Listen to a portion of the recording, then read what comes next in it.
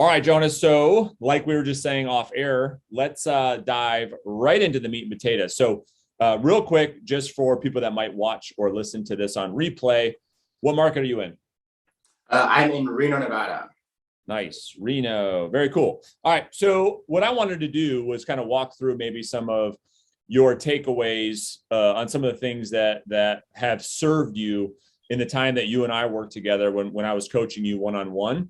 That maybe when you look ahead for your career, you're focused on now to help you get results, to help you go out there, take listings, what you're working on. So why don't we start off with what are the lead sources that you're finding most valuable to you these days as the market's shifting, right? Because there's more experience and stuff happening. Yeah. Great question. And this is actually why I came back to you in one-on-one coaching. So I started with you in the group coaching in 2020, and then came back to you because of that problem. So I was only prospecting FSBOs when I started with you. That was kind of my main lead source. Didn't touch expireds.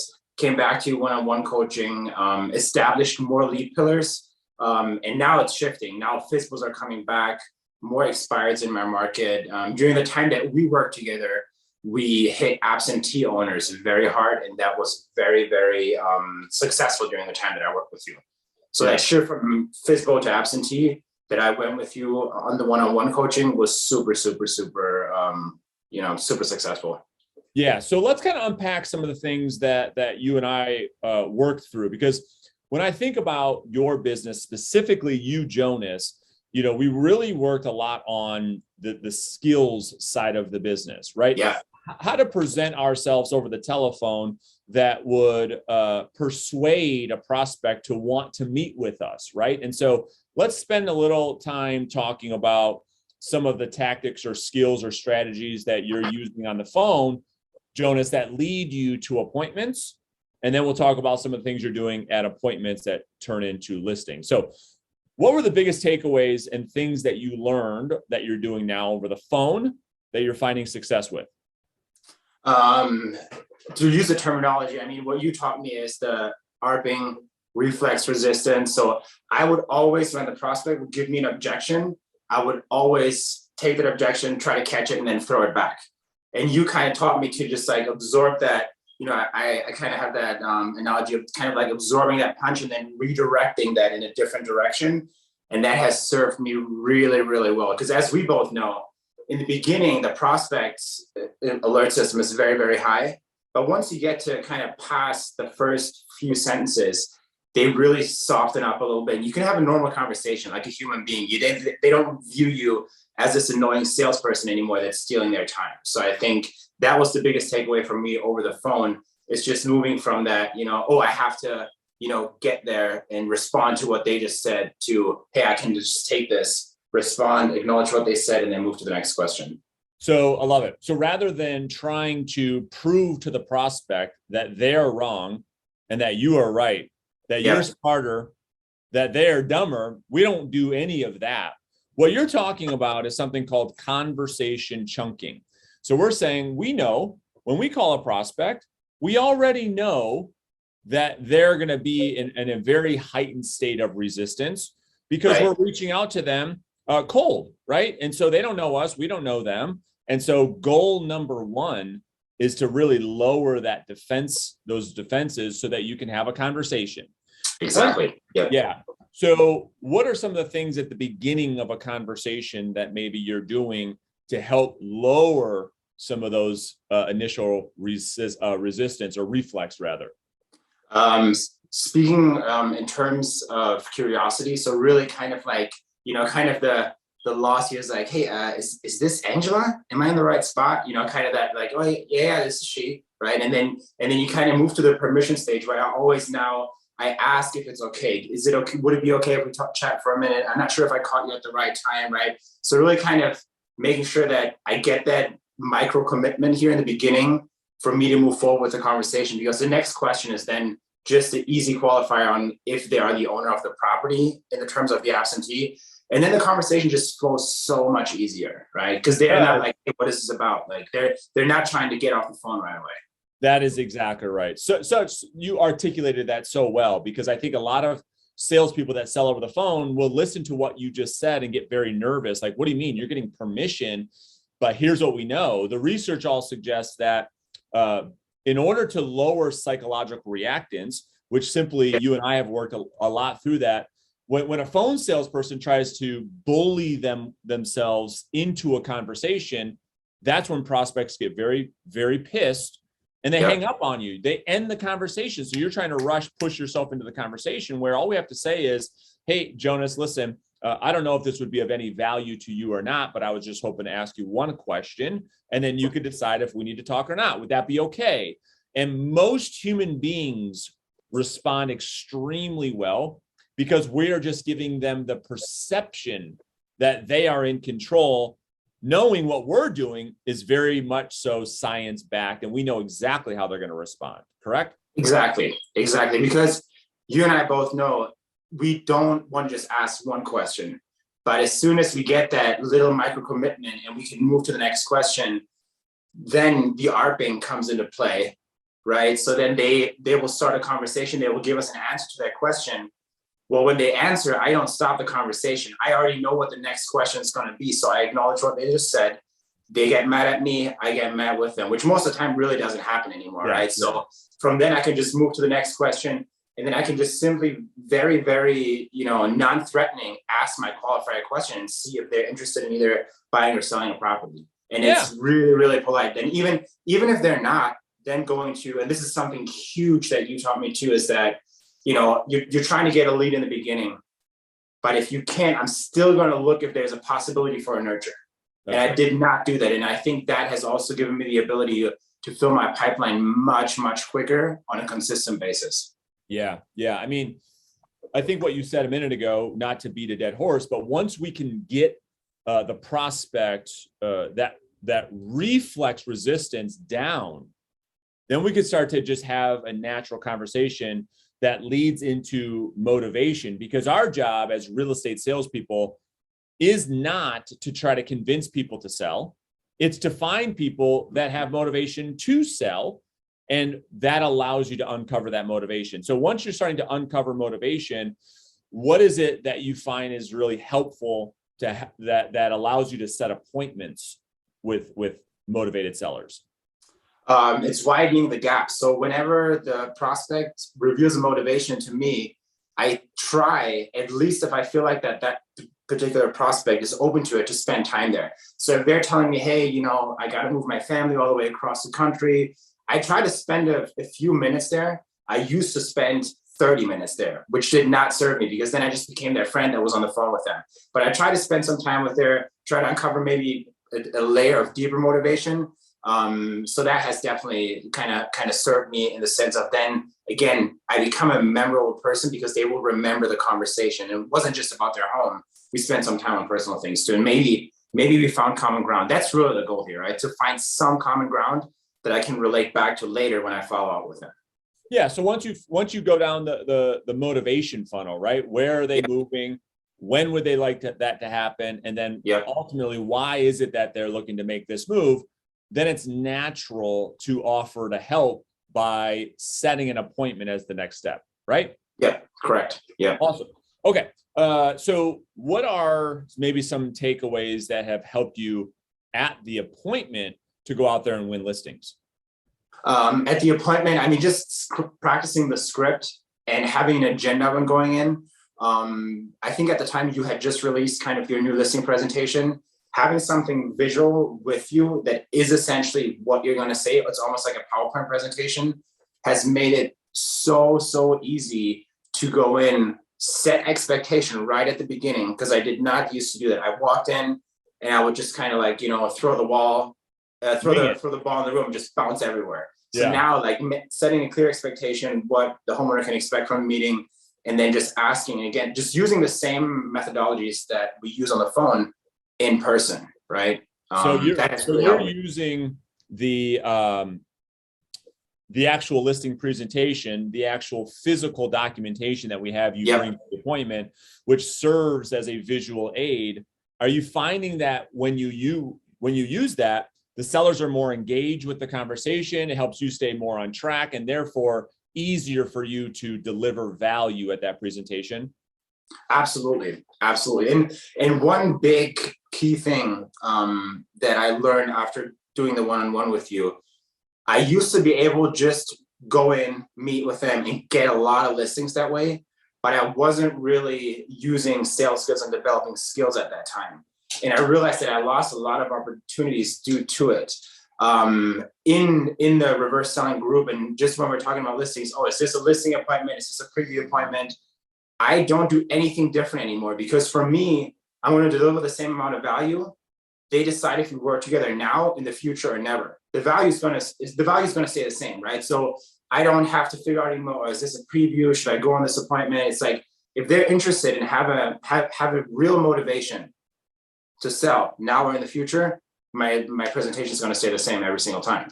Smart. Exactly right. Because that is the purpose of the appointment, is to go there to serve the seller, whether they're ready to sign a contract this second or not. We still go to the appointment and present ourselves in a way to serve the seller at the highest level. So yeah, I love that.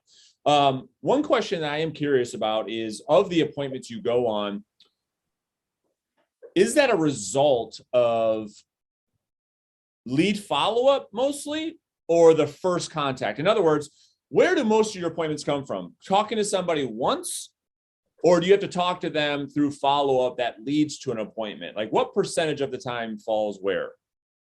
I love that you asked that question, because for me, it was a very painful experience. The answer that I'm going to give you to this question, I probably lost in the last 6 months, maybe 6 figures in commissions, due to not following up, or following up too late, thinking that I would bother them. And then I would call them, they would kind of just be weird about it a little bit. Some would lie, and then I see the home listed with another agent. I'm like, but it was my fault. It was 100%. The money's in the follow-up. There's no, I mean, the amount of times where you go in and you sign right then and there,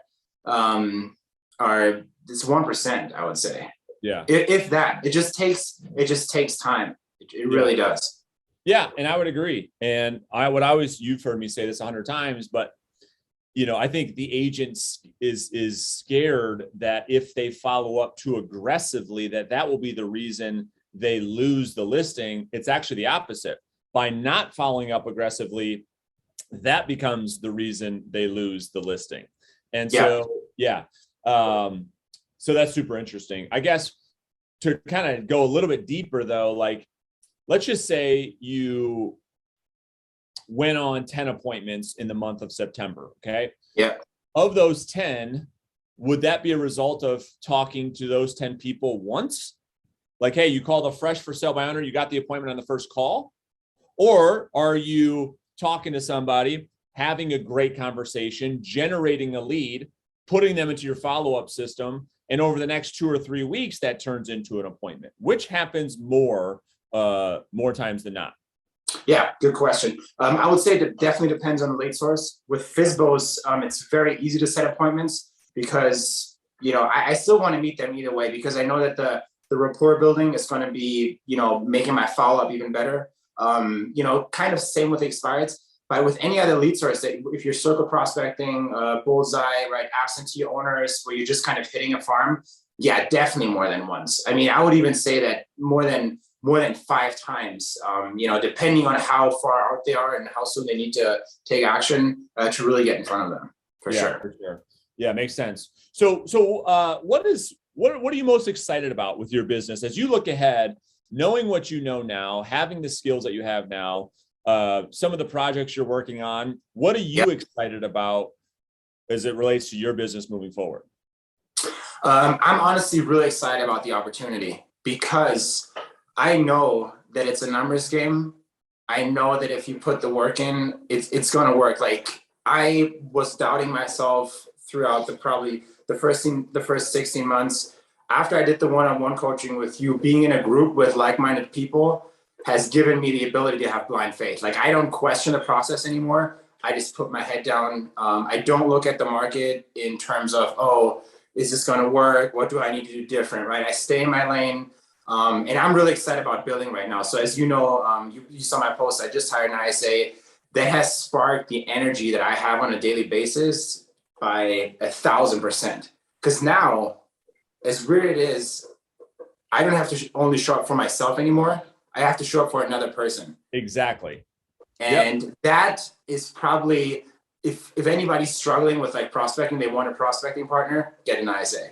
Because you're not going to be late ever, because this is your employee. They rely on you. So if you don't show up at a certain time, they're going to be like, what's up with this guy? Like, is this how he runs his business? Right. So yeah, we're starting every day at the same time. Prospecting is getting done. So I'm really excited about that. Just working with another human, because you and I know it's a lonely business. It really is. Yeah. And that's what I was kind of alluding to, is that you've hired an ISA, and now you're going to be able to double down on how you're going to scale your business moving forward, because you're having so many more conversations. Yeah. Not because you're making more dials, but because you have another human that's also making dials at the same time that you're making dials. Yeah. And you nailed it. When you have somebody else on the team that's relying on you, the way in which you show up for your business is completely differently than if you're just showing up for yourself. So what sources of business are you having the ISA focus on? Are you having them circle prospect, or what are you doing? Yeah, we're just doing absentees right now. So it is definitely not a magic wand, right? So like, and this is something that you kind of alluded to, and I kind of knew this previously from starting in real estate. You have to put the time in, right? So he is not going to get the same amount of appointments that I'm able to procure. It's impossible. So he actually doesn't even set appointments. So we call together, we just qualify, right? We shake the tree, as you always say, and see who is interested out there. Then that gets handed over, and I do the follow-up, I set the appointment. And then if that, doesn't pan out the way that we expect it to, so either list or we have a follow-up appointment to list, then it goes back to the ICA, and they might touch them again in the future. But they're only doing absentees right now. They will start doing bullseye prospecting. I will keep the FISBOs and the expireds for now. If I feel like they're getting to that level, absolutely can they start doing those too. But I think that's, it just takes time. It really just takes time. It really does. And that's smart. The way the model in which I teach is exactly what you're doing, which is have the ISA shake the tree, find opportunities, and get them to the salesperson, right? Yeah. It's the predictable revenue model, right? So we don't need the ISA. You're setting the ISA and yourself up for failure if you think just some brand new person that doesn't know anything about anything, you're going to throw them on the phone, they're going to start setting appointments for you. It's not going to happen.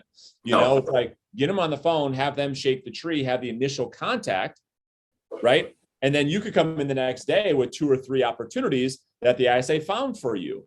And so that'll be a future conversation that you and I can have on how the best practices that you're using with your ISA, but you have the right mindset. It's like, listen, this is what I tell everybody that hires an ISA.